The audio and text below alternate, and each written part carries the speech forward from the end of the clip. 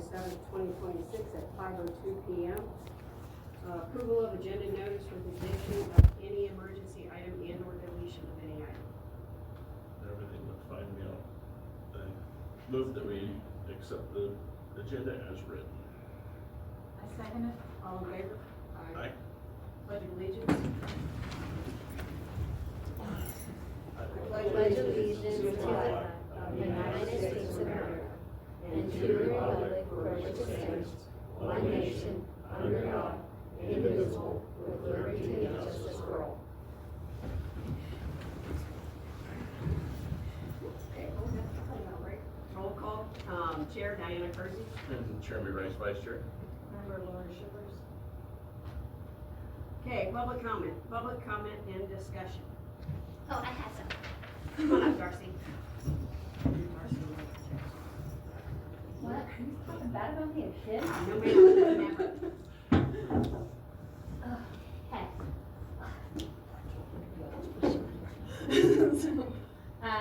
Darcy Winkle-Cotter. The crosswalk on the highway, we do have kids walking across that for school to and from every day. And I was just, I don't know if we can do anything about it as a town board, but I want to put like a stop sign there with like the blinky pedestrian light that they press the button when they're crossing so that people can see it when they're like on the road, just so it's a little bit safer for them. And then maybe next year's budget, if that's a possibility for the town board to push on the county. Jeb, I think that's gonna be on the state, wouldn't it? Yeah, I don't have the ability, I mean, we can steer you to the district that oversees it, but, that's totally through them to do that. Yeah, because we had like from kindergarten to 6th grade walking across the highway and getting to from school. But you might consider a letter to the district, District 3. Okay.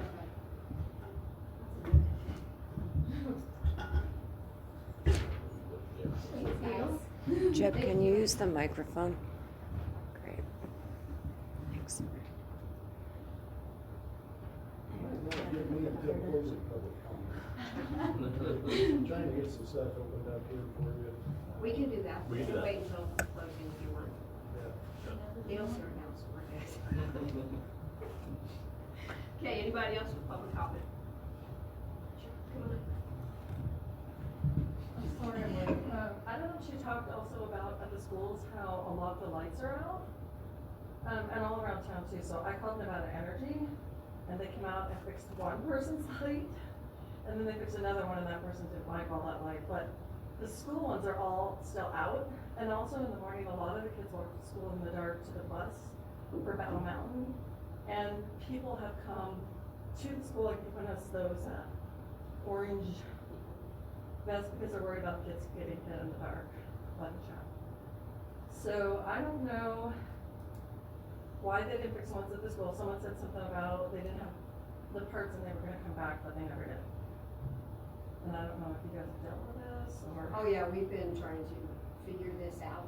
Do you have the numbers The numbers. on the light poles? On the bottom of the light, there's numbers. If you'll get me those numbers, I'll swing by the school tomorrow and pick them up. And Okay. I have a direct contact at NV Energy and see what the issues are for those number of lights. Okay. But yeah, I mean, each are the one- numbers right on the pole, low down enough to see? When you or- look up at the light, it'll have a number, like I think the one by my house is like 50. Yeah, they're decent. Oh, okay, okay. Yeah, Oh, you can yeah. read them on the ground. I could do that. But also if you do contact them, maybe like there's a lot of lights out, not just all the ones along the school. They're gonna tell you to make a list of all the ones that are out. Well, that's what I did. I gave them 2 addresses. I gave them the one, I think it was one down Harlan's address, and then I gave them the school. And I think that's where they started, but I don't know all the addresses of where they're at. I Yeah, just you know don't have it's to have the dark. address, just the number on the bottom of the light. So Okay. when you look up at the light, it'll be right there. Okay. Well, I don't know if I'm gonna go around the whole town, write everyone's lights numbers down, but I just feel like because the gentleman brought the orange vest, that it's a problem more than just in the area of the school. It is. We do have quite a few routes Okay. that we're trying to get. Okay. Is that a pole line pin or is it? I've heard it was full, it was in charge of that. Person was, For the lights? yeah, No, it's NV Energy. it is in which one you have to do. Okay, that was it. Thank you, ma'am. It seems like every time we complain, they come and fix the ones we complain about. Literally, That's it. so the Right. last time I called, back when Jonah was on the board, so it's been a minute, I had 27 lights that I was putting in the and they even fixed mine. And I want didn't all of them want to. fixed. except But one. mine, but the one across the street from my house. Try and hide you in the dark. I like to be in the dark, it's fine. All bastions I be like there. living here. I know Nick was mentioned something about the cost of putting new ones. Yes, Would it's you- 300 to 500 per pole and $27 a month. I wonder if we should put a few through our budget. To get a few more in.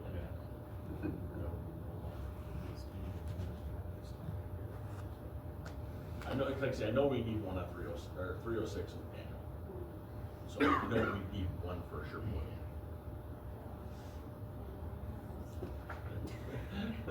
I'm just wondering if we need to look at, like, say, a few more, you know, and put us through on budget. 5, 6, whatever, or do maybe each year. You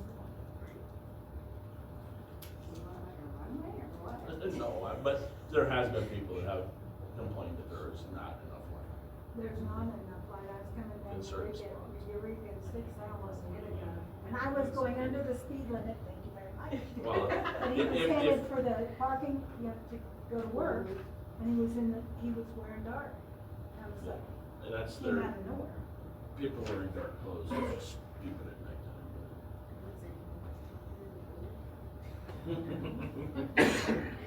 Okay, any other public comment for now? Okay. Consider items requiring action to be placed on the agenda for the next regular meeting. Letter to the state about doing something with that, since we do have kids crossing. They've been pretty big on that in a lot of areas. That would be nice. I'd like to see one before we have a fatality. There's one. Big what? I said, any time. Yeah. Anything else for, okay, not for now? Okay. Review minutes, review and approve the minutes of December 17th, 2025. They look fine to me. Fine. I move that we accept the minutes as written for December 17th. I second. All in favor? Aye. Okay, Eureka County Sheriff. Sheriff Miles Umina will provide an update regarding the Eureka County Sheriff Office. Good evening. Good evening, sir. All right.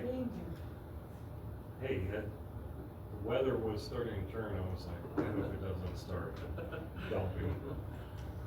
I'll give you the December 2025 stats for the sheriff's office. So for total incidents, we've had 1,591. Out of those, we had 106 traffic stops for the county. Total deputy cases, so the incidents, they don't all generate cases. So these are incidents that are, they're burglary, information call, arrest or something along that line. We had a total of 36 cases for the month of December. 15 of those were offense cases, so those would be the theft, burglaries, our arrest. We had 1 misdemeanor arrest, 2 felony arrests, and 25 citations written for the month. Then I have the 2025 stats. What is this? Show. He gets written up in the morning. For my life. So our total stats for the year, 17,715 incidents, so that's for calls for services, deputy initiated incidents. And then in that, we had 1,677 traffic stops for the year. Is that up? That's up. So, I can give you, pull up the numbers. After I run through this, I can give you some Just knowing numbers. it's up there, we have to. Yes. Total deputy cases for the year, 369 cases that were wrote up. 137 of those were offense cases. I'll run through it all. We had 13 coroner reports, 166 information calls, 47 traffic crashes, and then 6 unclassified cases because my deputies haven't finished their reports and put what it needed to be. So there's, yes, so they haven't, they need to get their reports done. Right. So, it's probably that guy that just walked out. We had a total of 42 arrests. 24 of those were misdemeanor arrests. 18 of those were felony arrests. So that's a pretty good amount there. 543 citations. So 1 animal citation and the rest were moving vehicle citations. So 542 moving vehicle citations. I can let you know that it is up. Let me see if I can find I had somebody start digging in on how many we have. So the numbers, they ran from January 1st of 2019 to January 1st of 2025. So 6 years right there. There were 2,886 traffic stops with 979 citations. So from January 1st, 2025 to January 1st, 2026, we had 1,428. Doesn't jive with the number I have here. So the number I had is 1,677. So it is up. So 6 years, we were about half, or they're definitely doing more traffic stops. That's good. Yes.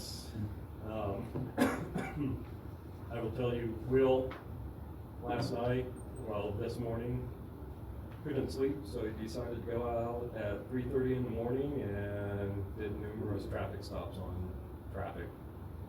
He got one that was doing 40 and 25, so we're trying to Imagine that. mix it up, and keep everybody on their toes, because if they see a cop and they go, well, I never see a cop at this time, I can speed, and they see him out at 3:30 in the morning, and we're trying to change behavior here.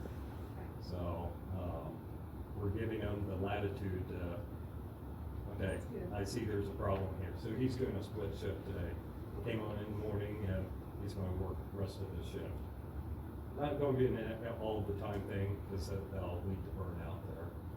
And besides that, people can follow a pattern, Yes, and if we don't have a pattern, yes. I actually had a talk with the local about that today. Stopped by, had a nice long talk with them, talking about patterns, and I spoke in depth with him. He said, he's been concerned, he's brought it up before. I said, I want to listen to you now. I'm here to hear you. And so he's going to be helping with some issues around here. And I'll go back to it again, and I like the idea of putting up signs over by the post office boxes and maybe one other place up here, and then same thing in Eureka. See something, say something, and have the Eureka Sheriff's Office number on there, and also, or if it's an emergency, call 911. Just bring that to the forefront. Our dash cameras, did I update you guys on the dash cameras? You mentioned we're getting them. We're getting them, they've been delivered. So now we're going to wait for the rep to come out to install them. The great thing about these new dash cameras, just like your body cameras, they have a SIM card in it. So if there's an active incident going on and they are in cell service, I can watch it live. So I don't have to be there exactly on scene. I can say, hey, this is something to watch out for, or this is getting too dangerous, let's back off, let's do a slack pursuit. It gives me a little bit more leeway on sort of like the incident command system, not being there in the middle of it, having that overall view to protect my guys and protect the community. So that's coming in.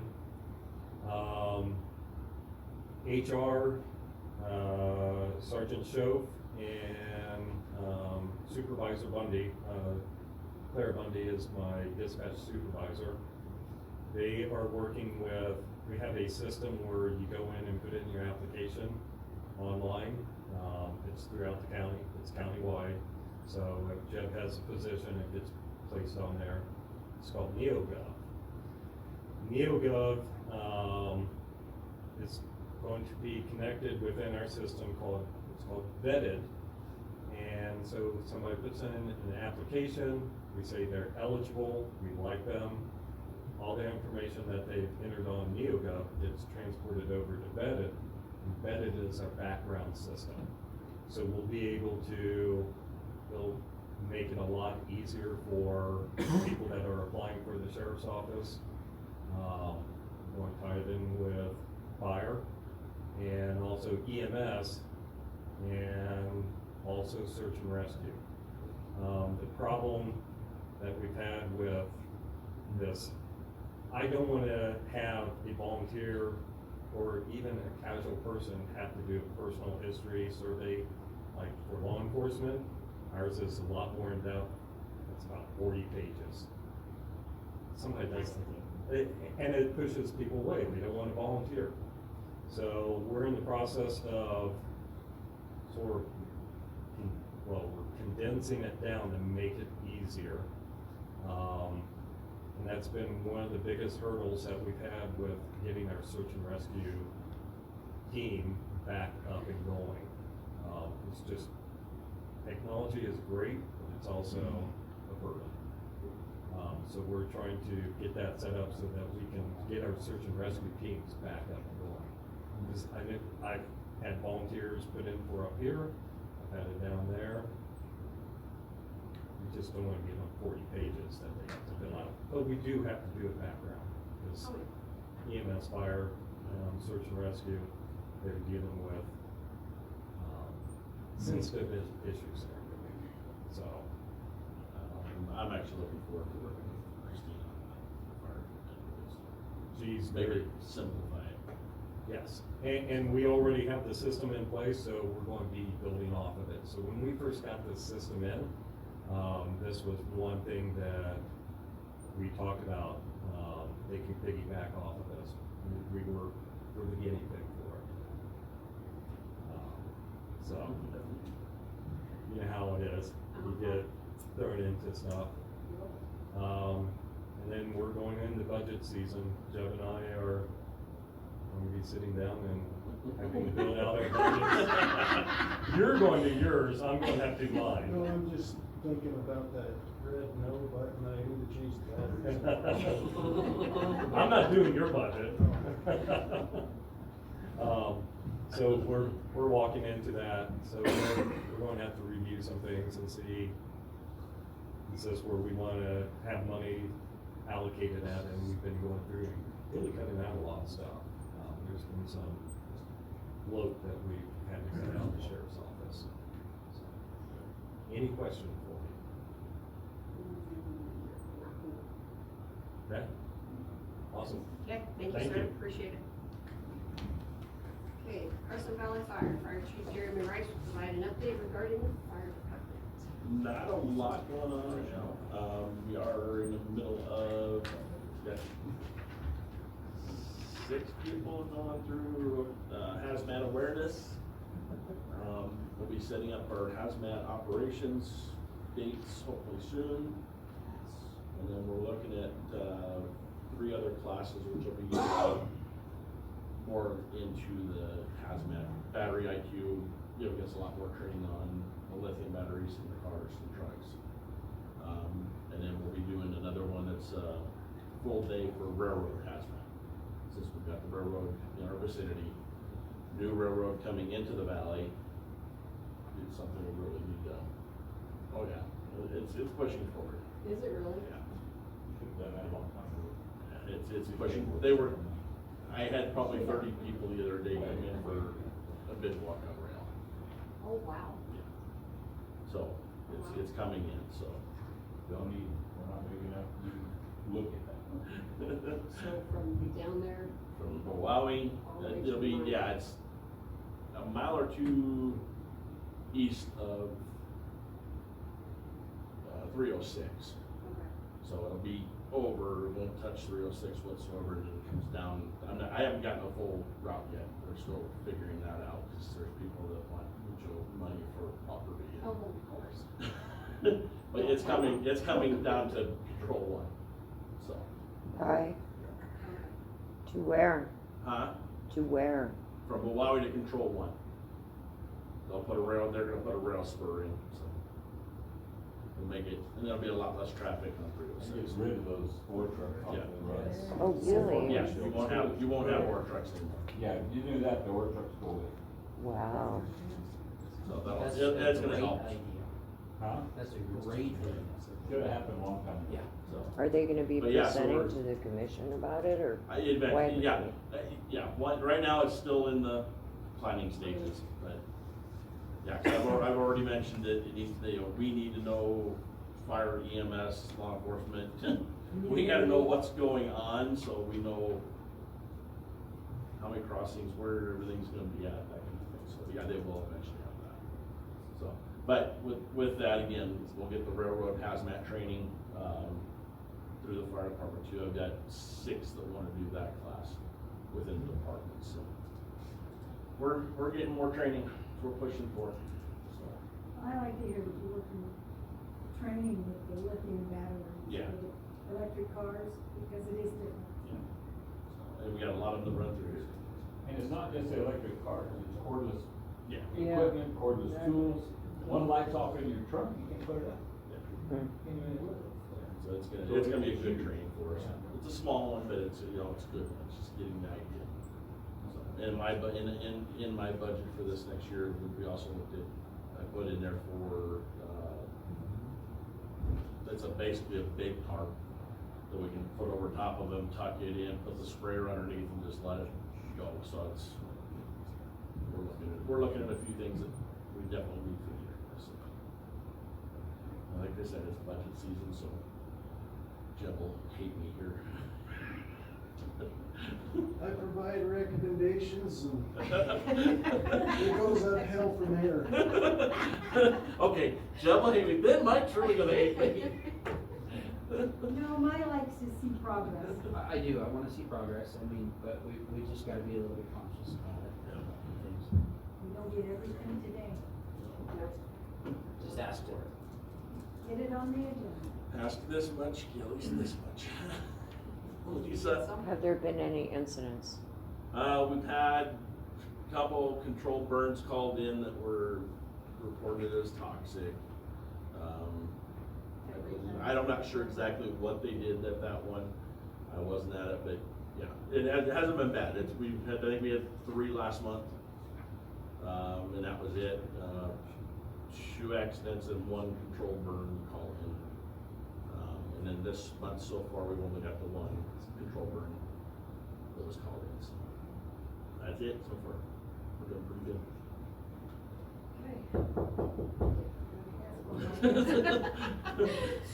Okay. Up on this side, that's all.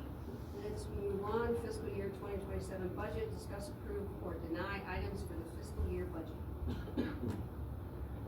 Okay, signs, what are we looking at? So signage, I have already sent in, basically all of the quotes that we have. Been sent. To put in for everybody, so for every. for Basically, it's just the everything. 2 that she has gotten. That's the only 2 that we have, are the 2 that I got. There was 2 for the net and 2 for the that were the same size. Oh, okay. Yeah. So all that has been sent in to him, today. And I have not heard from Brian yet on the boarding. I've got a call into him, hoping to hear something from him tomorrow. So, Yeah, if I don't get it by tomorrow, it's fiddling on budget or something. I have to No, have she all our has to stuff put it in in. for you guys, I have to have all of that in before it goes to the commissioners. Yeah, they start all the budget stuff next meeting, right? I believe so, we can start Yes. introducing and rolling in a certain Portion of that. departments.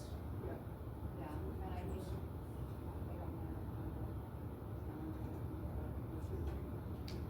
And you know, there's an internal, capital outlay discussion between department heads and the comptroller January 14th. We're hoping that if you have whatever items, to review, a big part of any capital outlay submitted to the county commission involves us looking at everything that's coming in and then being able to say, before it even goes to the commission meeting for those review discussions in one of our scheduled meetings, we try and evaluate whether or not there are, some of the items that are being looked at. Do we need to say, you know, if there's a bunch of them piling up that typically look at public works staff doing the installation of the work, if it's building repairs, et cetera, we need to start mapping out like how much work are we feasibly gonna get done in a year, so that if Jeremy or town advisory board, whoever, Eureka, if they're looking at projects, we need to be able to, before the actual commission meeting discussions, say, hey, you guys need to include some, a contractor doing this work. Right. You know, it helps us kind of weed through what we're doing, the work we're doing, or what is, gonna be needed to be supported by contract labor. So January 14th is actually a really helpful date to have. Which I think is what Any Ken initial sent time me. is right. I think that's what Ken sent me, and had all our stuff.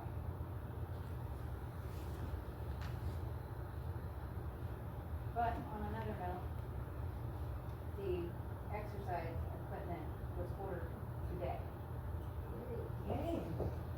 So, we're looking at March before shipment. So. What I said. Yes, ma'am. So Christina, I didn't quite hear what you were saying about signage because you were kind of behind and talking quietly. Did you, is it included in that, the idea of a metal sign down at the dump area like Marcial was talking about to get a more open, you know, deal? No, this is the sign built for the welcome sign. Okay, It's a digital sign for the welcome sign. okay, not a metal sign for the No. fence? Nope. Can we get that on there? That's something that, I presented to my boss, Uh-huh, so I'm assuming at some point he'll okay, get with Jeb and say, hey, you know, okay. should we make this Did sign? did you get the, announcements and the times solid on the Friday through Sunday? No, I've been gone. She's been in Florida. I know, I'm never allowed to go on You vacation do again, I know got that, that. you do know that Friday through Sunday, effective, right now, to my understanding, that 3:30 to 4 o'clock on Friday through Sunday, while you guys are closing out your, building checks, Okay. et cetera. That is supposed to be a period of time open at the landfill that. So a whole hour is open? 3:30 to 4. 3:30 to 4. Because Okay. it's supposed to line I thought you in, said it's a 3 to half, 4, that's because why I what is typically the standard, right? You run, by appointment Monday through Thursday, Yep. late call, and Same 3 with Friday. days, 3 days out of the week, you are on those system checks that allow for you to close out your system checks at the lay down yard, where Perfect. everybody can know that the gates are open 3:30 to 4 o'clock. That is something that doesn't have to be called in. Yep. So that, and that is what is being announced as part of the 410 schedule Okay. updates and hours. So I will And that is. post that on the board for the public to know. Because that That actually is comes part, to the that, meetings. and I'd have to look, I don't know if the last, if we put that hours of operation out on Portland's, yeah, for all the departments, open food That's- lunch, did you see that come here? A lot of this stuff I Is might it be free speaking though, ahead of or- before it's getting Okay. out from There- PR. So, I but will that is review it. gonna, I'm We gonna don't know ask. yet, And we'll see if it's, yeah, that is gonna be, there, cause I know that there's still, that might not be out, because I do think what the intent was, is there were gonna be some mailers that go out community-wide. Okay. That have magnets in them, actually, that are like a fridge magnet, if you will, that Fabulous. kind of went and did, you know, whether it's landfill, whether it's, courthouse, town hall, those type of things. We put a series of hours together, and it was just gonna be a mailer that went out. So one, you have it, on a magnet, and then there will be some social media newsletter, that's coming out for those hours that are backing out at the Fort Penn schedule. And yes, it has been, talked to get a sign there to lay down yards so that people know this is the transfer site. This is, you know, some of the similar signs that's at the landfill in Eureka, so that people have an idea what to catch there. thanks, Jeff. So is there a charge for that? The There- one cubic yard charge? The landfill fees are the same in Eureka and Crescent Valley, and we can get, I could pull up the. Depends on how much you bring. Yeah, but there's Yeah. a charge. Yes, Okay, absolutely. okay. This is just kind of knowing when you can make your deliveries. Yeah. But yes, it's not like an October or May cleanup. Right. Active. This is Right. to be a permanent structure, schedule Good. change. Yes, please. No, that's it. Oh, Just, you're good? yeah. Okay. Okay.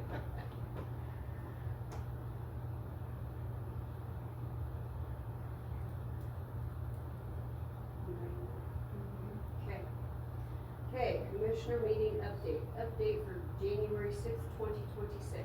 Commissioner Schoenwald. Yesterday we had a fairly quick meeting. We had to go over, we did the normal call of order, public comment, approve the minutes, and then we appointed county commissioners, office positions. We're gonna continue with the same, Rich is chair, Marty is vice chair, and me as a member. Personally, I would love to step to vice chair, but I'm gonna wait until I can give it a little bit more time and effort towards you guys, and that's for you, I don't wanna, miss out, so. Then we did the normal paying the bills and keeping the lights on with county comptroller. We had to review the committees and boards, everything on the committees and boards, and keep it the annual updates. So there was one slight change, Regional Transportation Committee. I will be vice chair on that. Rich will be moved to member, and Marty will be chair. We had to do a couple of small corrections. You guys were one, instantly they had you two. Swap. Chair and vice chair swapped under that. Yeah, negative. Laura, I did talk to Kathy Bowler, she's going to send me a list of the committees and all, once it's all updated, so Good. we'll have that for up here. As people, we don't know, you know, we have to call down there, and a list will just eliminate those, make it easier to get information. But yeah, she said she'll send it to me once it's updated. And after that, we had some of the normal annual housekeeping stuff, like, the defense, the indigent defense fund. We need to sign that, that's a normal thing we sign every year. $61,219.44, $219.44. That is, it's just an annual thing that we approve that and accept that foundation. So, after that, we approved the Opera House with Kim Russell, give her for the Fiddlers Auction, or the Fiddlers, Old-Time Fiddlers Contest, May 15th and 16th in Eureka. We had a visit with Shannon Ernst, and she had a presentation, which you guys have a copy of, which, are you gonna go through that?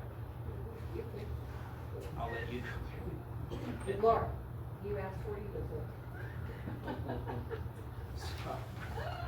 Some good information. Joining the health district, the Central Nevada Health District was a really good thing for the county.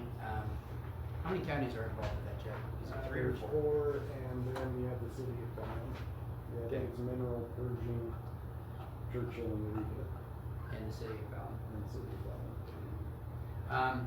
With that, they asked for the presentation on it. I spoke with Shannon briefly on that, and she was gonna try to get Maria here tonight, but I believe Maria is gonna be here on the 21st. So, there's some ongoing issues that we need to stay on top of, and that we're gonna stay on top of to keep some stuff going on. Yes.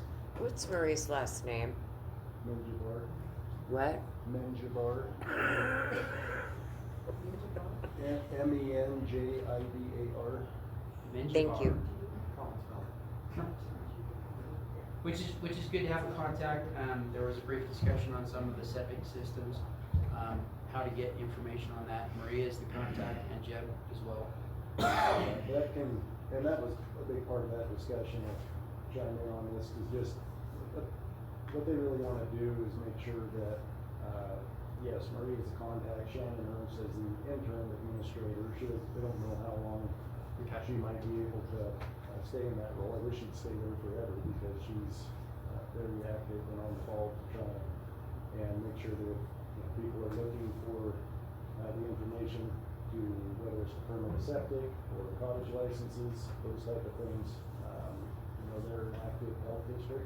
It's not what you're used to from the state, or well under state health, or items such as septics. There are several ways to permit a septic. It can be through their website, it can be through contacting Maria directly, it can be through contacting Public Works. There's packets, there's postings here. Christina has that information. Just gave them out this morning.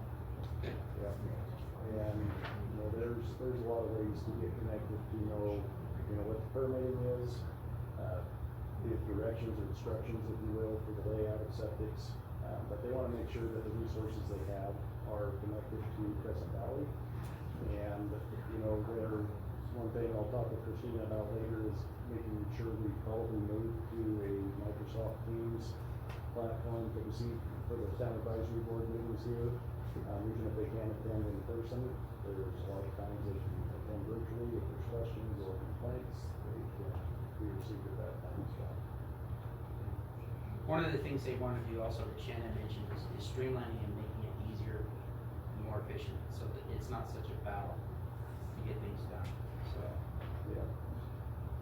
I was looking at the website today, actually, and she was talking about streamlining it, but it's pretty She made an useful. update. yeah, the updates are in process right now. Yeah, they're actually, so much has changed since, that was a new website 2 years ago when they rolled all this out, and it's out of date to the point that they're updating again for, I think it was March or something, that she was expecting to report on the new website. That's, gonna have more of the, again, those quick link items or homepage items that you wanna be able to see, how to permit a septic, phone numbers, contacts, how to stay connected with them, so. Yeah, Maria's name wasn't on there. No, Shannon. No, Shannon I knew, but Maria, her name wasn't on the website anymore. After the health district, we had an update with Marcial Rowley, the IT CIO, and some of the normal things that she's working on. One of the big ones is the ironclad contracts, so that way everybody can look at it, everybody in the county, some department heads and whatnot. So if your department has an interest in that contract or whatever, you can review it, maybe help out, see if there's some points you can help her streamline or save some cost, whatever. So, and then we had a brief discussion, well, a lengthy discussion actually with Holly, what is her last name? Else. Else? Yeah. Okay, Holly Else. She's the new assistant DA. She's a little on the underside paid on the underside. We're talking about reviewing her salary. They've got a huge position. As of late with the increasing in volume of our sheriff's department, we've had a lot more calls and needs and everything for judicial court costs and such, so we're not gonna get away from having the assistant DA. The assistant DA actually was a position that's been open for a long time, just recently filled, and way overdue, needed, so. We've decided to just do a salary subject on that, and maybe do an adjustment rather than a stipend, and that way we can actually fix it, rather than just put a Band-Aid on it situation, so. Then we did the Nevada Division of Resources. On that, the state engineer, regarding the 4 water rights applications, they were for Barrick, largely for, the Robinson project, and what? Swift, is that what it's called? So, and were those updates or new? They're Kinda just ongoing. changing my understanding, like a point of diversion to where it's within the same water basin, but because it crosses a county line, it's law that it has to come before the commission. It's more of a Notification. nuance that just needs to be done because they're moving the water from one place to the other, and there's rules regarding how Did you I do that. understand them correctly yesterday that they said to get over to Swift, they were gonna go the back way through Battle Mountain instead of 306? What they were talking about with Robinson, what they're saying is a lot of the, traffic is gonna come over the back way and through Mill Canyon and through, I don't know if they're talking Hilltop or what, but I can't see that happening. Candy. So, I mean, that's not gonna happen unless it's way down south. It's on the other side of Cold Acres, right? Yeah, they're just gonna access, it's just gonna be access from the Little Acres area. So they're gonna should be coming in pipeline for Swift. I don't know, there's another one that's in, on the other side of the barren, there's all that exploration area they're doing there. But Swift should be accessed through pipeline because it's gonna go right up into. Yeah, and that means, Isn't there a way that we go from the backside? Okay, that's what I thought. Cause there were times that we've gone from the backside from Battle Mountain. So coming over the barren, over the barren. It's nasty in the winter. Yeah, it's bad. I mean, holy crap. yeah, so I would imagine a lot of the traffic is still gonna continue through 306. Whether or not what they said, but, Then we moved on to human resources. Christina Lopez, I can't say anything bad about her. She's been a great asset to the county. Yeah, on the ball, she's very knowledgeable. I've already seen some of the things. She's saved the county money, streamlined some of the employees. Miles will contest to it back, they've got 17 applicants, whereas before we'd have 2. She's really been, just overall, her knowledge of working with not just public safety, but just with public entities, she is very, very knowledgeable, and she is a force to be reckoned with. Don't get on her bad side. She will let you know what's going on, but She in has a a good nice one. way. She has been very good to work with. She's helped us streamline quite a bit within the sheriff's office. So, and she's part, I forgot to add in there, she was part of that meeting with Neil Gov and Bennett. So it was Show and Clara and Christina. They did all the talking. I sat back and just watched and went, this is all Greek to me.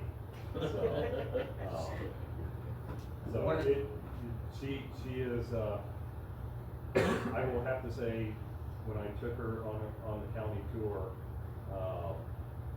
she was quite impressed with Crescent Valley. She liked coming out here, and she's talking about, am I wrong, Jeb, Christina, that she's gonna try to come up here, what, once or twice a month? She sent me an email, and she's actually gonna try and be up here on the 4th Monday of every month. Yeah. So, and. You can't ask me every month or month. I know, I forgot, you've been in God's country down there. But that way she'll just be here and she'll be around and seen by some of the county employees that we have on this end. And she can still work from remotely, but the only thing I would say is, and I've stressed this the whole time, having me travel back and forth, concerned about Jeb and Miles, these guys going home tonight, and the weather. I mean, if it's weather conditions, we'll have to understand, and then I'm good with that. So, So, but she's been very helpful. One of the things I like about her is she listens not only to the county employees, but to the county's people, Mhm. the citizens. She wants your input. Yeah. She does, and one of the things that was on her plate, and she wants to bring back the county's mission and vision and values statement, so that way we'll have a plaque in the county buildings that states, you know, hey, this is what we wanna do, this is how we act, this is what we do, you know, and gives a little bit more of accountability to some of the county employees around. I mean, if we've got somebody who's out of line or something, I'm trying not to look at you. We can step forward and say, hey, listen, you know, this is not how we want to treat people. Sometimes we have to take a shield when we talk to them, but other than that, we had sheriffs, he gave you the update. Then they had the leprosy committee. Jeb, give an update on that, quick one. Our public works. One of the huge things that we had to take care of yesterday was the 1.2 million gallon tank. There was a lot more meal scale up on the top, so the contract had to be a little bit modified.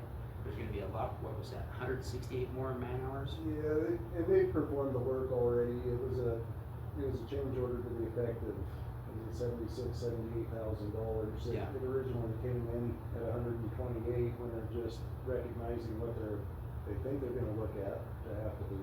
And he said, no, please just proceed with doing the work and let us pay for the actual hours and materials. So, you know, we did see a reduction in what that cost was, but it accounted for 168 man hours and the material to do the extra sandblasting. And I mean, so the paint gets stripped. It sounds like across the industry, half of the tanks at new construction, typically you don't paint over mid scale. So when you put in a new tank, it's bright and shiny. Yeah. And that didn't happen. It doesn't happen apparently as much as you'd like to think it does. And that's part of the reason why that interior paint degraded to the point where we needed to come in and do this project. Paint didn't appear to the mill scale on the original installation, and we're back. I mean, I think it's been there for 20 years, but nonetheless, it would have had a longer service life and had the mill scale in it. Yeah. So it's worth the investment to say bright and shiny, paint's gonna stick, and hopefully we can go back and do the paint thing. So. And that's one of the things I've learned in the last year and a half too, is a lot of our buildings are older, and as we peel back the layers of the onion, I mean, so. Your Crescent Valley tank that was repainted 2 years ago, I think, Yes, sir. no mill scale on that one. It was kind of a pick of the draw that they're discovering now. If you have mill scale on them, it didn't get addressed on a rigid new construction, then you better take the time while you're in there now and do the extra work to clean it up. Any other questions?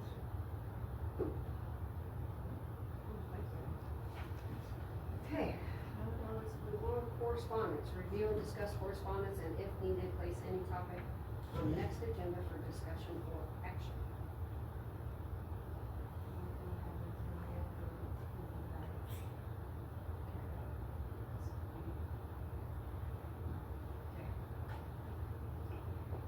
Okay, public comment and discussion. Public comment and discussion. Didn't I go in the first public comment? No, you did a good job, Jeb. Specifically asked for more time. Let's have Lisa go first. I Yes, ma'am. just had a question about how the contract is coming for the MedX service. We had thought that it would be brought to the January 6th meeting, and it wasn't, and it just Yeah, I occurred to didn't me see to anything on the ask. meeting on it yesterday, and I missed what was going on the last December meeting. It was approved to move forward, and it was said that MedX, the DA said he wasn't in the position to do the contract. I just talked to Nikki Saturday, and it's in, who's the young lady at the DA's office? Holly's looking at it. So right now, they're basically crossing the T's, dotting the I's, getting it all looked at. And she said hopefully the next commissioners meeting is when they'll bring it for the commissioners, so. Okay, thanks. And I was just gonna ask Jeb if you can speak up. Thank you. Maybe, yeah. Sometimes they need to put Jeb up here. I know, right? Well, I just know, why not? sideways, Am I just quiet? on the end of the table instead of facing Yeah, away. it'd be easier. Hey, Jeb. I got my spread here. Oh, There's yeah. lots of room. So, why did I get asked to come and talk about water? Because there was a significant bill, and some new language that we read that is known as capacity fee on a 2-inch water connection. That 2-inch water connection, the capacity fee for that 2-inch. He wants to hear you. He's got to hear it. The capacity fee for that is $9,920 for a 2-inch service. So before I get too much into the capacity fee or what it is, why we do it, we'll back up and give a little history in general on the county water systems. Title 20 is the ordinance in our county code. It is a water district consolidation ordinance that the board approved in 2022. October 22. And what does that ordinance do? It's an interim ordinance for the county to look at consolidating the water systems. This was a hot button at the time when it came up because there was confusion on, well, that means we're putting a water line between Eureka and Crescent Valley to tie in water systems. Well, that doesn't happen. What we are trying to do with a water district consolidation, we have, legally we have 4 of them, but I'll address them as 3. We have the Eureka Town System, we have Devil's Gate, we have Crescent Valley. Those water systems, every single one of them, receive grants, if you want to call it, from the general fund to sustain their operation. A water system is a utility. A utility fund or an enterprise fund is intended to apply to the customers of that system, whether it's, you're talking Mount Wheeler Power, Nevada Energy. If you run a utility system or a fund, the revenue is supposed to manage the expenses of those systems. With all 3 systems that do not, and again, whether it's Eureka, Devil's Gate, or Crescent Valley, they don't pay for themselves. It requires assistance from the general fund. The revenue does not cover not only capital projects or depreciation of the system, it does not cover the operating expenses. And that is an enormous red flag across whether if we were ever in a situation where we had to replace a portion of the system that we couldn't afford.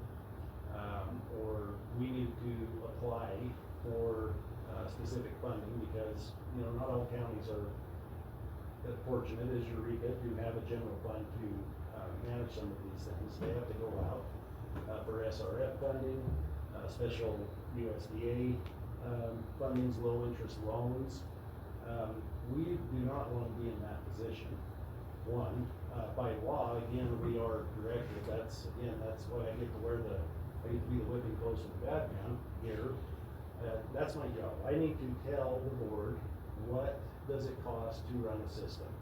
And when all 3 of them are underwater, no pun intended, that causes us to say administratively, what can we do? Well, we can combine the water systems administratively, not physically, administratively to manage everything from the water rights to if there is a capital project, it goes, I don't have to send it to the Crescent Valley water system or the Eureka water system or the Devil's Gate water system.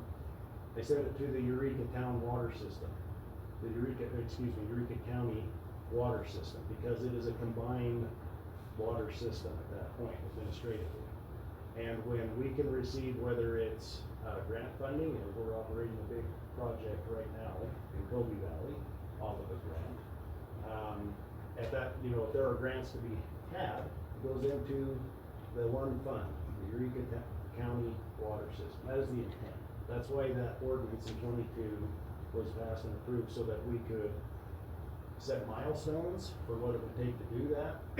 There's a lot that I don't necessarily need to get into, but when we look at a consolidation, we have to identify all of the assets, we have to identify the usage, number of customers, the build out of the systems, what are the service areas, how far can they go. We look at and respond to products such as like water master plans that combine this information to say, how can you build out, what's the build out of Crescent Valley, or the Devil's Gate, any of these water systems. And we project how many new customers can come onto the system with the infrastructure that's in place in any of those systems. And in that manner, yes, every system is kind of distinct, because I can tell you that Eureka Town would, by trend, max out in 2035, where Crescent Valley might take till 2045 to max out the number of customers that could tap into the connection. But at any rate, it is very challenging to manage not just water rights, because water rights have to be in the name of those systems. So I have water rights sustaining Crescent Valley, Devil's Gate, Eureka Town, and we look to make things administratively feasible as possible when we do the managing of the systems, and including revenues and expenses. We have to track and report and audit on those three systems separately. Well, I'd like to see what is the expense for administratively running the Eureka County water system. All three systems are very similar in the funds that they, or the expenses versus the revenue, to say that you, it's not patching a gap in Eureka to bring Crescent Valley into the system, the revenue from one system to the other. Everything's very common on what the costs are. So this isn't an effort to, again, we identify more revenue in a specific water system to patch the additional expenses in another water system. That's not the intent here. They're very similar in what they cost and what they bring in. Very similar in what it costs if we have to replace a well in Eureka, which I'm getting a good idea of how much that costs right now, at I'm into $1.2 million on a 16-inch well right now at this point. That's what the potential costs of those are. So whether a well goes down in Crescent Valley or Eureka Devil's Gate, we have a combined water system, we have a combined fund, and again, trying to bring some history into what has been approved by the board and looked at as the most beneficial way to manage repairs when the revenue is not keeping up with the expenses. So the general fund makes and I've already said this, but last year we had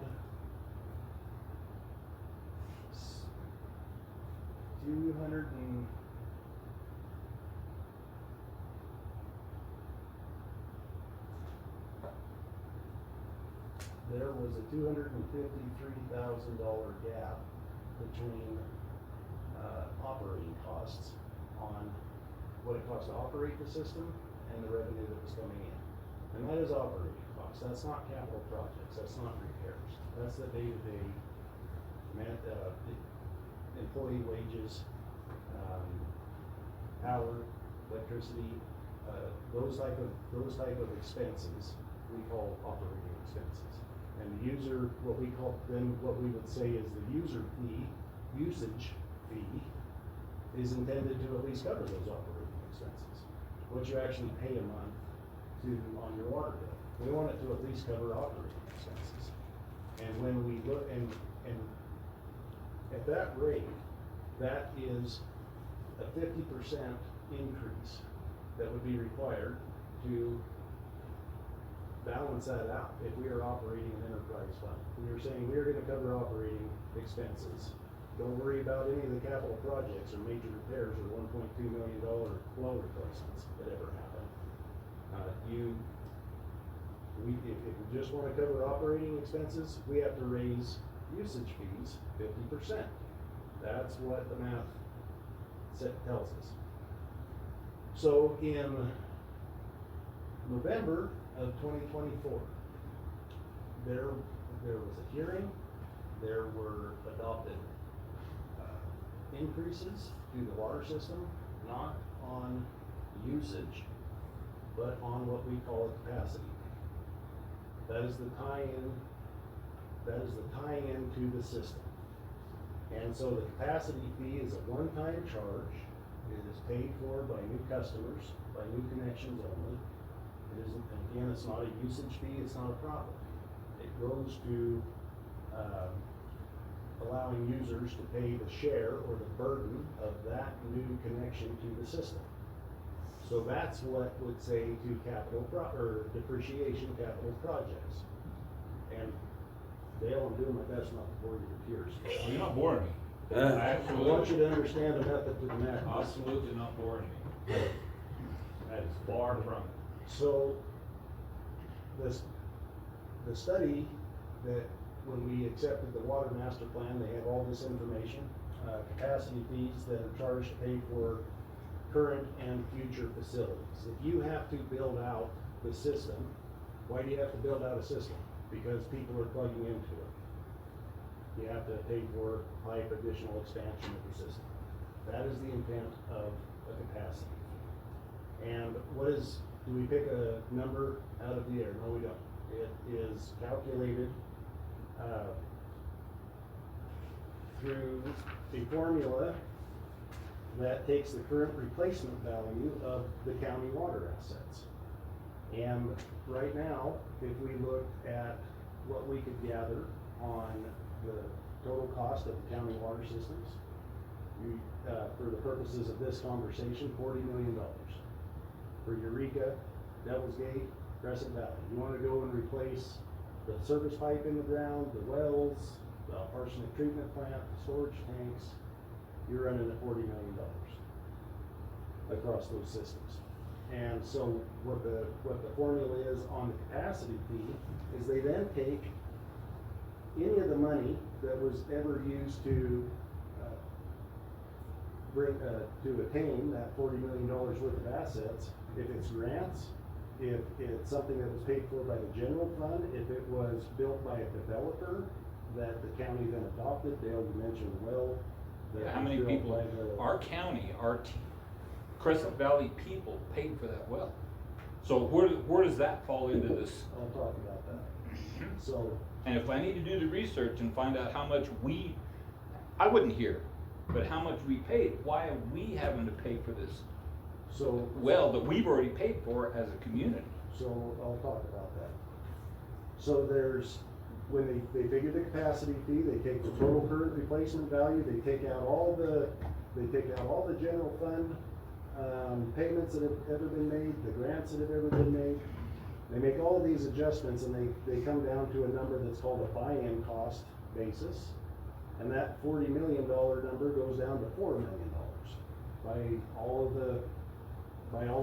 that that's taken out. They take the $4 million and they divide it across the system, what they call an equivalent meter unit, an EMU. It's a standard that is what the system, in the case of this, it's 20 years. They look at what the number of, that's a way of measuring the capacity of the system, is the EMU. And that divided down over, and I don't have the numbers for each system, but if I were to say that Crescent Valley had 500 EMU capacity in service, they do that math and that brings that equivalent meter unit to approximately $2,500. So a 3/4 inch connection, a standard equivalent meter unit, which is what that's based on, a 3/4 inch connection, is valued at $2,480. So that is supposed to be the impact for a 3/4 inch connection. Well, then your 2-inch connection, how much more is that than a 3/4? The math is there's 4 EMUs in a 2-inch connection. So it takes the 2,480, that is your standard, times it by 4 based off of what is the system impact of a 2-inch connection to the system. For the pumps running more, whatever. It doesn't, it's just a general way of trying to bring value to a standard that if I were to look at a 9-inch, or excuse me, an 8-inch connection, you go from a 2,480 capacity fee at a 3/4 inch residential connection for a 1.5 inch service, it would be $8,300. For a 2-inch, it would be $9,920. 4-inch was $15,000. A 6-inch is $20,000. An 8-inch is $24,000. And if you consider, an 8-inch line is the service line that goes from the well up to the arsenic treatment plant. Okay, if somebody hooks an 8-inch meter to our system, that's how they're gonna pay for it, because that well's gonna run 24/7 for one 8-inch connection. Anyhow, that's the math that drives a capacity fee. It is a very specific use for the money that goes towards the build out of the system, so that Dale's connection doesn't cost, when we have to expand the system and we're saying, oh, we need help from the general fund, we don't have to sit there and say, well, that's a common tax, that's across Eureka County. And again, as an enterprise fund, it's intended to be directed at the users of the system. So that's why this gets handled at this stage as a new connection. And again, these are things that Eureka County never did previously. If you wanted to say that the original water capacity fee, we charged $1,200 for a capacity fee. That was the hookup, that was everything. And when we adopted the rates in November of '24, we were getting our butts handed to us with new connections. We were charging $1,200 for a meter pit and, you know, the whole kit and caboodle. Capacity fee, the connection for the meter pit, and so there's. You weren't even paying for the meter pit. Correct. At that price. And that's the painful part about not addressing, and this is, you can see why this is easy for the board, and it's not Mike, it's not, you know, it goes all the way back. We have not raised those county rates since 2010. With that, Jeff, you gotta recall that very first meeting, the very first commissioners meeting I was in, we had to raise the rates. And that's not your guys' fault that we didn't raise them for 13, 18, 19 years, whatever. It was the people running, so. We're still too cheap. We are. I have friends and relatives in Colorado that are paying $100 in the winter. And then that goes up to $180 in the summertime, if they even want to water the grass a little bit. So I have some information on when we adopted those funds, or those fees, for capacity. And remember, we did not raise the usage fees. Those stayed exactly the way they were, because those are, people pay that bill every month. And at the time, knowing that we wanted to shrink the gap on expenses and revenue, we know at some point, for auditors, for fiscal responsibility, for anybody looking at an enterprise fund, which they do, because again, this is an NRS structure, you have to raise the rates. What's going to be the least impact to the citizens as a whole? Is it jacking the usage fees up 50%? I can show you what that looks like. It's a use of 15,000 gallons a month is somewhere around $150 a month, as opposed to your $80, $75 that you've been used to paying for that type of use. And if you had to do that every month, and you have 200 service connections up here, it was a big pill for the board to swallow. Pretty hard for me to recommend a 50% increase that impacts everybody versus a structure, a capacity fee that at least starts to pay for what would have to be additional expenses to expand the water system because of new connections. And again, that $9,000 for a 2-inch connection, That's a bitter pill to swallow. But when you consider that if those type of connections go unaddressed, who pays for it? Everybody in the county pays for it. And again, enterprise funds are supposed to be managed by the users of the system. Nobody should have to pay for somebody else's water connection. That's not part of the system. So we pay for everybody else's water anyway, because they go to the building over there and they take water without paying for it all the hours of the day and night. But yet they're gonna hit me for doing something right for $10,000 for a one-time fee. I don't freaking think so. I'm gonna drill a well for under $10,000, 10-inch well, and you guys can eat shit. That's what I'm looking at. This is crazy. I'm trying to do it right, but I'm getting robbed and raped in the process? No, $5,000, I'm all in, okay. That's a normal, yes, $10,000 is an abnormal freaking fee. This is baloney. You're telling people, don't come here and do anything in town. And That's what you're telling everybody. Don't come here to do any building, don't come here to enlarge our town, don't bring any businesses here, because you're gonna be stuck, and then everybody else that's robbing from the county over here and not doing a damn thing is paying for that. That's what that's telling me, is I'm paying for everybody to go steal their water over here, and nobody cares. And they talked about. All I wanted to do was fill a putting fire truck once in a while and haul water to a damn fire. That's all I wanted. For $10,000, you guys can let this place burn to the freaking ground. How many gallons of water did we haul out to the haystack fire? I had 2 trucks running on almost 24 hours.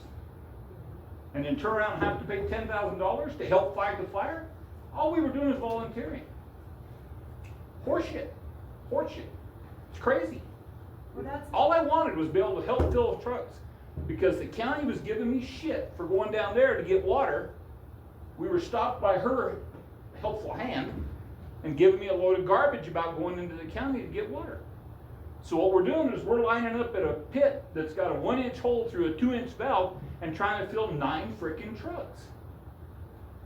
45 minutes to an hour to fill a truck off of a 1-inch hole through a 2-inch valve off of a pipeline. We were trying to speed things up and get a fire taken care of. And bullshit. We ain't paying $10,000 to help with a fire. This place can burn to the freaking ground and I'm gonna sit back and watch. And I hate to have that attitude. That's all I wanna do. I don't wanna put a commercial building up. I don't wanna put a freaking Bates Motel up there. All I wanna do is be able to fill some freaking water trucks without giving shit from the county, an employee, stopping me at the gate. And when trucks are filling down there and trucks are trying to get filled out at the mine, and the mine won't fix their garbage, they don't care. No. They'll let their shit burn, they don't care. It was on their property with the fire was. All we were trying to do is help. And for not for $10,000, I ain't doing it. That is crazy. That's telling everybody, don't come to Eureka County and try to make anything better. If you were to look, Dale, at water capacity fee comparisons, at the time that we implemented that change, $1,200, that's where we're at. Right. $2,480 for an EMU, don't forget, this is based on EMU. Right. How we count that out. $2,480 if we, by accepting that in 24, we are still cheaper at that point than Virginia City, Battle Mountain, Spring Creek, Alamo, Wells, Elko, West Wendover for their capacity fee, because these are the rates that these counties report charging for a capacity fee connection. And they'll waive it, and some of them other counties will waive it if it's gonna be for something to help the community. Did you know that? Well, I didn't have this conversation with you. And they will waive it if maybe it's there's- going to be for helping the community. Well, maybe there's a better approach. So, Then, I'm just saying, maybe there's a better approach in the avenue of drilling an illegal well, because that's what it would be. oh yeah, absolutely. I have to state that. Oh no, I know. But if there's a better approach, maybe that's something that you would want to take before the board. All I can. All you're doing is you're showing me the facts. And I want you to look at that number, because if you took the $4,700 EMU in West Wendover, and if their rate is essentially the same as before, that would be $16,000. for the capacity fee as opposed to a $9,000 capacity fee. I want everybody to recognize that even after adjusting this capacity fee, we're still on the, Dale, you're looking at this with me. I'm on this side of the line, I know. and 50% and less I know. in Eureka than what a Wells, Elko, or West Windsor is. And that is, it's a tough call. I'm not gonna argue. No. And I want other people, I want people to understand too, that Mount Wheeler Tower, I don't know what it looks like on paper. I would almost assume a 200 amp connection is like a 3/4 inch water service. 300 or 400 amp, something like your 2 inch. Right. They charge what, they don't call it a capacity fee, they call it a service fee. And utility systems across, it's standardized. This is a practice that's standardized. Now, I'm not gonna compare water to power in terms, I'm telling you that the principles are the same. And if there are communities that waive these type of fees, you know, those are actions that can go before the board, Dale. Okay. I would urge you to do that before you consider the other options. And it's, okay, I think it's a reasonable option, as a citizen, explain what you wanna do with it.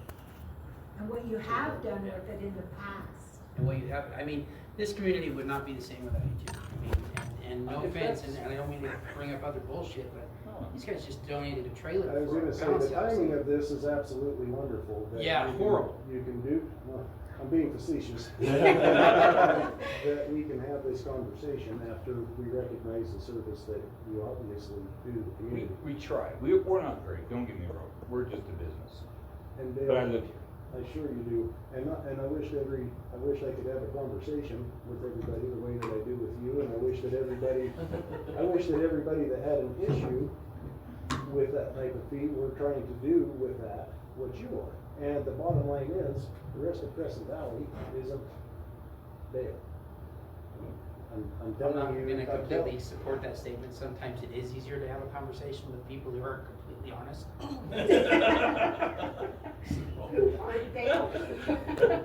But you do, the intent here has always been since 2022. We knew if we were gonna go down this road, but the consolidation isn't what's costing the money. That's an administrative effort to manage the systems. But in the process of it, you have to recognize that the sand is running out of the glass faster than it's going in. And that was brought up back in that initial July meeting too. I hate to keep diverting, but I mean, we finally brought up some of the costs of the install, but the user fees are gonna start going up a little bit. I mean, we have to relook at that. We have to look at those things. I get It's not. most of the prices over here. The $9,000 the $10,000 goes to that problem.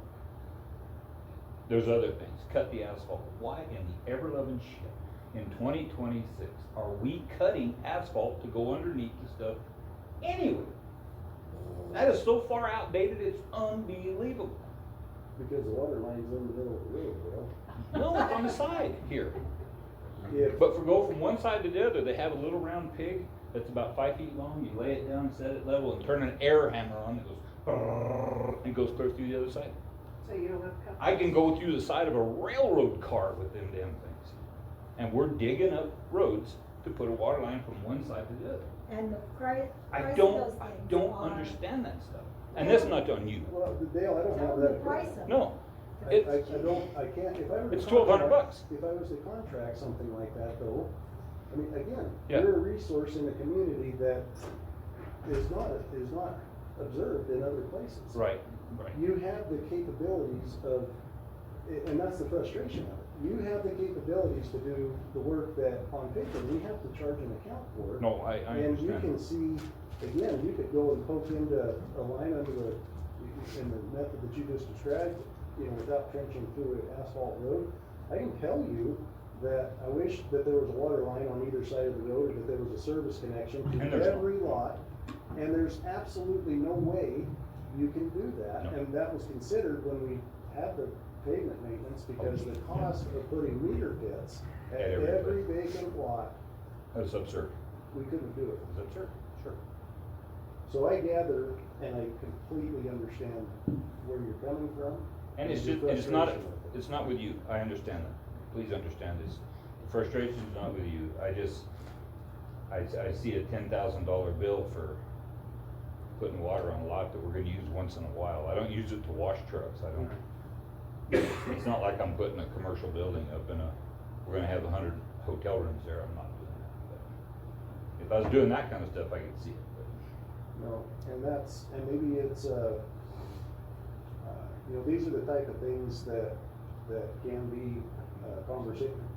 The intent was to then go and further the rate study, because annually, the board looks at water rates, right? And we, not just the usage rates, but specific issues like this, where the capacity fee, everybody's sitting here looking at it it goes $2,480 to hook up to the system, we can swallow that.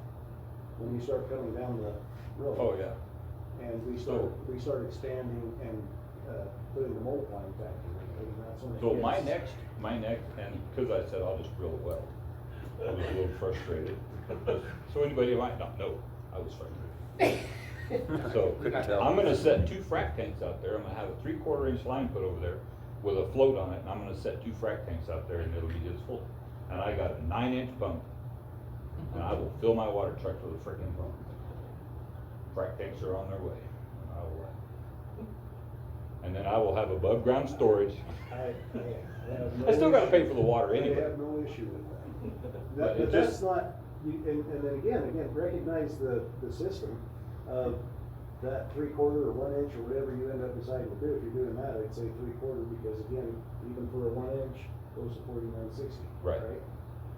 You're but that's only a 3/4 inch impact to the system. Yeah. And so whether you let that run and fill up storage, that is an option. I'm gonna set 2 frac tanks up, and I'll have 44,000, almost 50,000 gallons of water. Let him only fill up a quarter of a tank at a time. Yes, sir. I- Or will be. It'll have a float system. Oh, no. Or get it done now before, first. Or, why don't you just go in front of the commissioners and ask them, I will, but explain it. if and it ask goes, them I'll put it. calmly, I'll put frac tanks up. Okay, you guys talk about that later. Like I say, the frustration's in just the cost right there, that one, and not with anybody in particular. And that's why Jeff's here, he's here to help, and help understand No, it. I learned a lot. You're here to raise the rates. I get it. Yeah. But- And I'm gonna be honest, I was frustrated seeing that price too. What you're saying does make sense, It does. but what you're wanting to do with it also makes sense. Is there a way to waive some of that money too? Well, and I think that that's valid. I'm trying to see if I can go back across the road from my other lot to the lot I just bought from the 2-inch line I already have over there on the other one. Yes, Marshall. You got your data. So you have the ability to fill your trucks up at the laydown yard, right? At the county yard? Yes. Well, that's where I was given such a crushed shit to a from the point county. we So, did. can I, this So, may, yeah, it wasn't Christina. so I just got maybe an idea that you could ask the commissioners for permission in the case of an emergency of a fire, you could fill your trucks up at the county yard, and they say yes, and then when there's an emergency. Well, and I can't remember what actually I happened. Do don't not know call what me. happened either.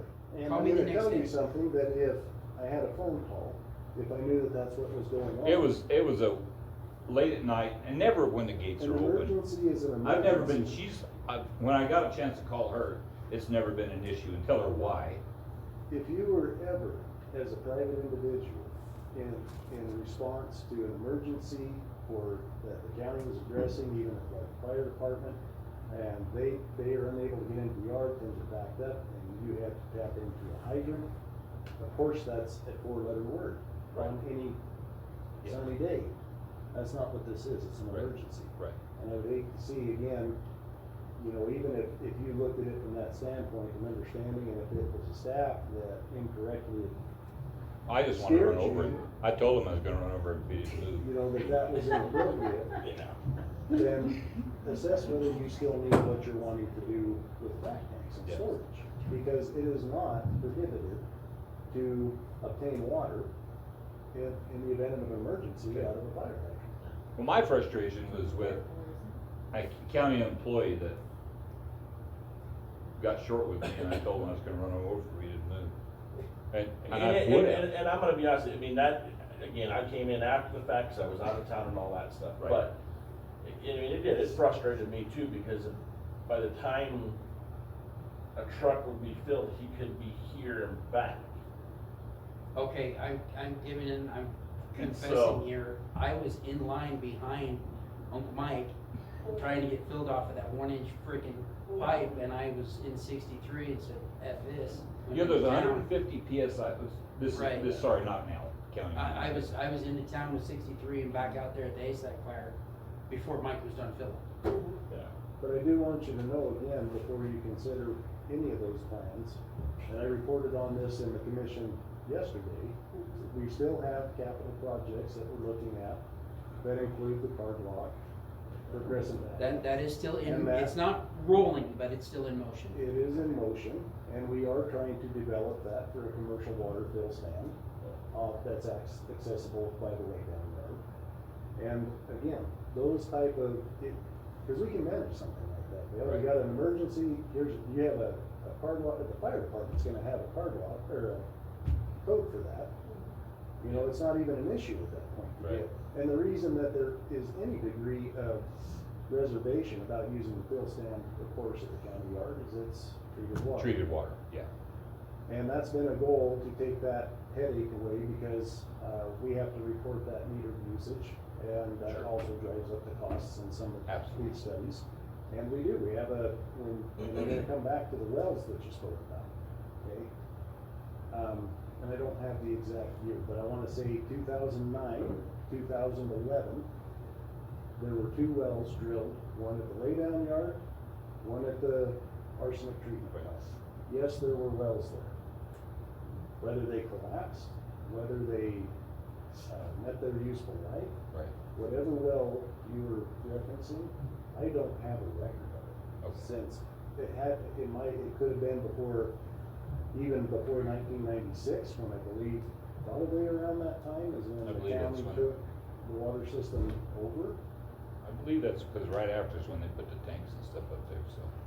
So there could have been a well that the community, much similar to Devil's Gate, had a very similar arrangement in Eureka at the 3rd Street area, where there was a private water system that couldn't sustain itself, because as we see, they're expensive. And It was over on Main Street, that corner property that I have. Oh, that concrete's still there. Yeah, that's where the original town site road was. And that was what I fed found all the some orange nice pipes. big blue pipe. So anyway. so, and so with that, you know, it had. We dug it up on my property. All of these numbers, again, that 40 million going down to 6, that they base the EMU off of, that takes, if there was ever a value attributed to that well, like that capacity fee is derived by removing any of those type of contributions. And so had the community paid for the well? I'm sure it did. Back when it was not Eureka, or the Crescent Valley water system under the management of Eureka. But there have been 2 new wells drilled in 2009, 2011. I think that one of them has been overhauled 3 times, as far as a set of bowls and the pump. And there have been, and I hate to make it sound punitive, but or insignificant, but whatever that contribution was at that time is far gone from what the expenses of current operations are. I mean, there's 2 wells since then paid for by, again, county general fund, et cetera, to manage the system. So, yes, Devil's Gate was another one of those. That was our Eureka baby for having to take over, replace pipe. You guys know that you have 85,000 feet of pipe in the ground here in Crescent Valley? Really? It's a lot. For the water system. So when you consider this is a good conversation to have, and I'm, it doesn't bother me a bit that it gets heated, because it really is something that we don't have these discussions often enough for transparency and education. To say we did in 23. Again, this was a hot button topic a couple of years ago. Everybody's talking about it. We try and make it available so people understand it, and they understand. And I'd be very, I would be hesitant to offer a waiver on. Again, let's look at all the options, and I'm not saying rule it out, but how many people can come up with a good reason?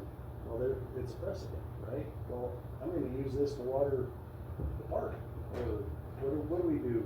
Community garden. Yeah. You know, I mean, there's There just are many ways that, and we try not to do that. We try and be fair across the board, even when it targets the most generous family for the community, with their donations and the things that they do here, so. That's the unfortunate side of it, but if I would look at, if it's just to serve the purpose of filling a truck fill, we've got other options that we can work with, that involve that hard lock, the construction stand fill. There's other things that we can look at before you take a stab at requesting a waiver, or, if you still you have the property at a 3/4 inch, still fits the bill for it, if that's a more palatable amount to manage, and you can still use the lot, because it doesn't have water on it, period, right? No, that one is that's So, Got an old well at the other end. that's on the other lot. That's on Yeah, on the other side, on Second Street. so I'm not saying don't put a service connection there, but if you're sizing it, for the community benefit, let's look at what plans we have in place to, be able to manage that. And if there are, and Mike, you brought it up, and I hate to keep pounding on this, my plan is that within a month or two, because I'm still, this takes a while, I have to bring it back. I still have to report that nobody covers the operating expenses of the water system. They do have to look at raising the rates. There is, there needs to be a little bit more transparency on how much subsidy goes into it. And that's, you understand it, there's people that understand this, but there's other people that do not.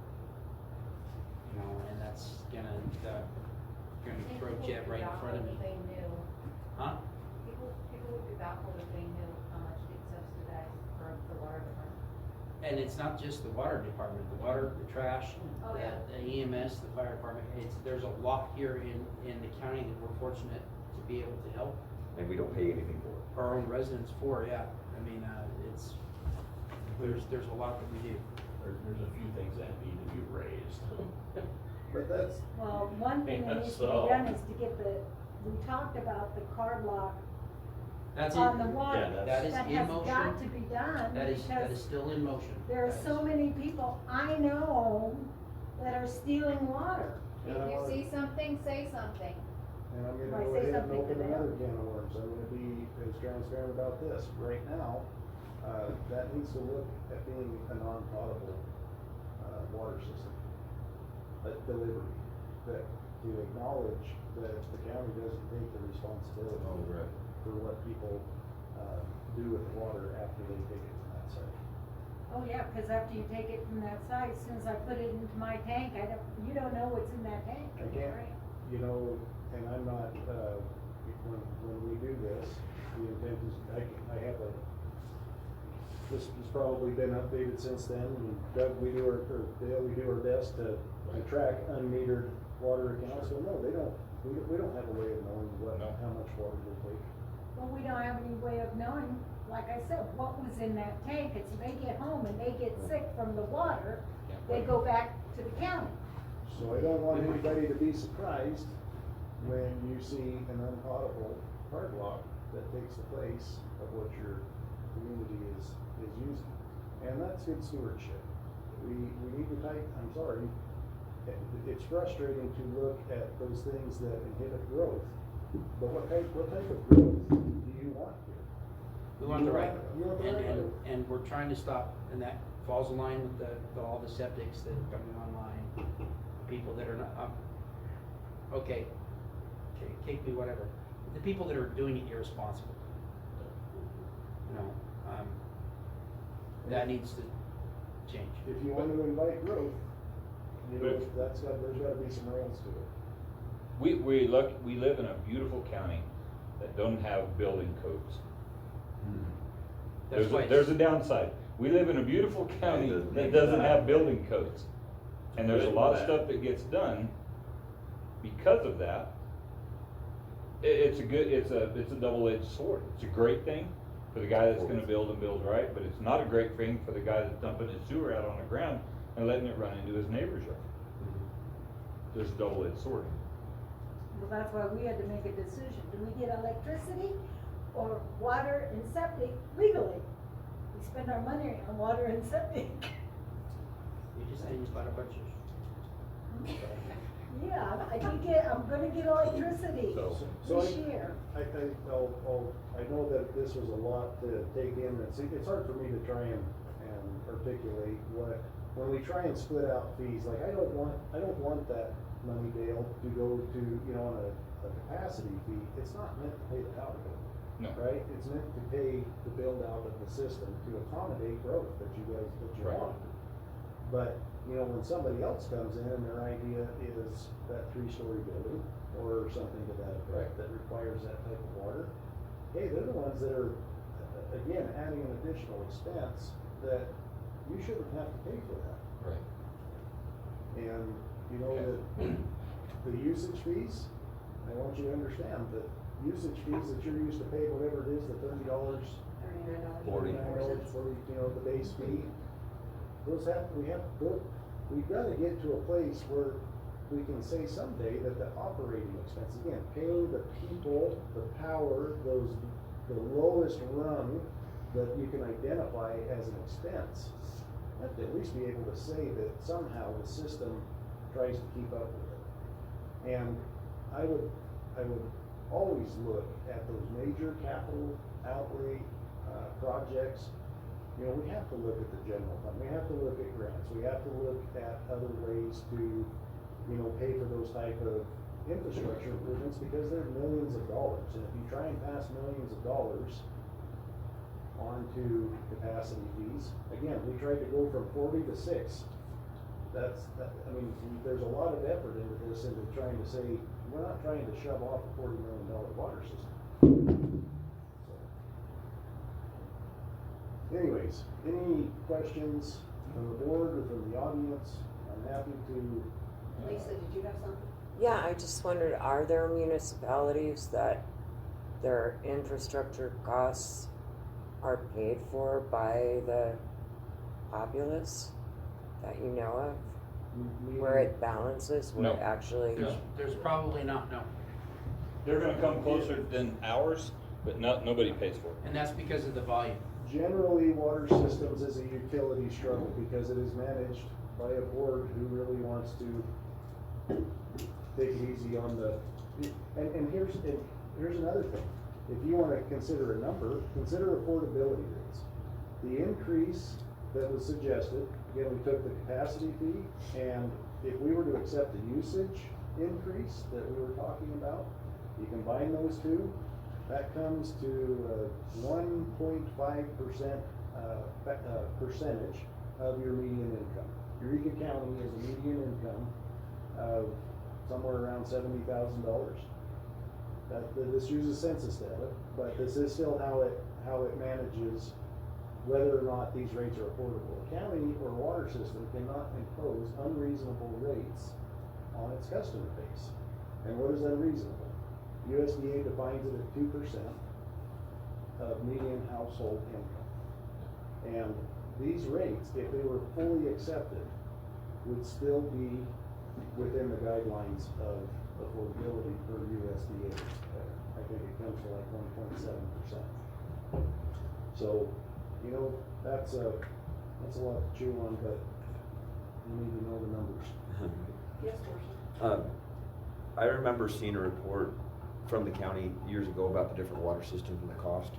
And I know it's been public, I don't know if it was a public thing, I don't know if it was something that was just in the town hall when I was working, I'm not sure for certain, but I do recall the numbers that you were talking about, and it being somewhere around 55 or 60% of the cost, you know, the actual encompass the cost.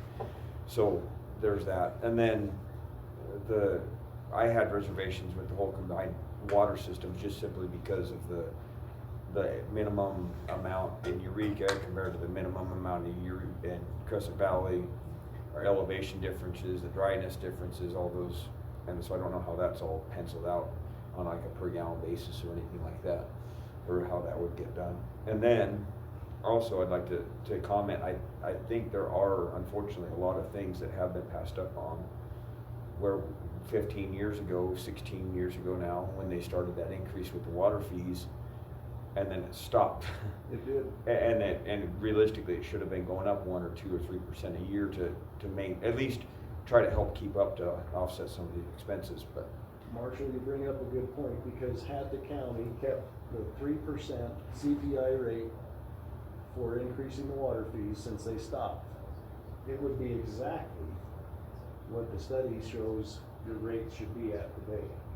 You would be paying, had they kept up with inflation, with everything from the 2010 when they stopped, and you do a 3% yearly increase, you would be at your $150 a month water. And I'm not trying to, this may be a different place for this conversation, but when we had to do that last year, that was a 400% increase to the commercial, and I will not go for that again. I will fight it tooth and nail. That was wrong. And when they were going for the increase to like $26 or whatever it was, the base rate, and then the 4-year increase, I mean, you would think somebody was trying to light the whole town on fire with a $12 total increase over 4 years or whatever it was. I mean, there was pitchforks coming out over $12, so. That wasn't 12, that was $12 a month though. Yeah, $12 a month, yeah. But, Yeah. I mean. It was bad. Now we're doing that with Oakleys, with the garbage. Yeah. I mean, and we've had to subsidize some of that, Right. so. No, let's see where we're at here. Can I look at that? Can I look at that? Yeah, you're welcome to. What is this? These are just statistics that we pulled together in the Oh. master plan at 15,000 gallons when we were looking at rate structures. Crescent Valley at $39.24. Okay, for your Base charge. charge, right? Oh, to get to 15,000, okay. Well, but $39.24, and look at these other systems. Oh, yeah, sprinkling. That have those rates. So they have a lower base, but then a higher. Correct. Higher overage. A higher use charge. Okay.